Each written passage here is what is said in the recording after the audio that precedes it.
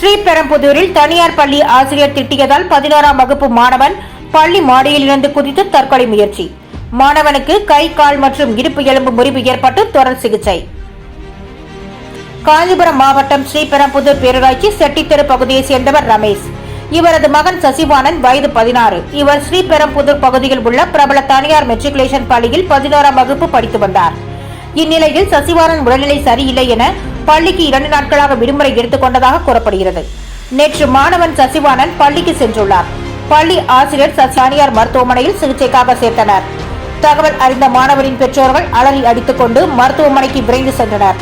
மாணவன் சசிவானனுக்கு கை, கால் மற்றும் இடுப்பு எலும்பு முறிவு ஏற்பட்டு தொடர்ந்து சிகிச்சை பெற்று வருகிறார். இதுகுறித்து ஸ்ரீபெரும்புதூர் போலீசார் வழக்கு பதிவு செய்து பள்ளி வளாகத்தில் உள்ள சிசிடிவி கேமரா பதிவை கைப்பற்றி விசாரணை செய்து வருகின்றனர்.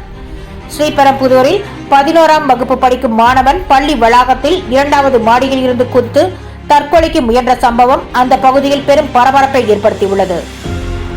சான்றோர் குரல் செய்திகளுக்காக செய்தியாளர் ஆகாஷ் பச்சையப்பன் உடன் செய்தி வாசிப்பாளர் முத்துலட்சுமி.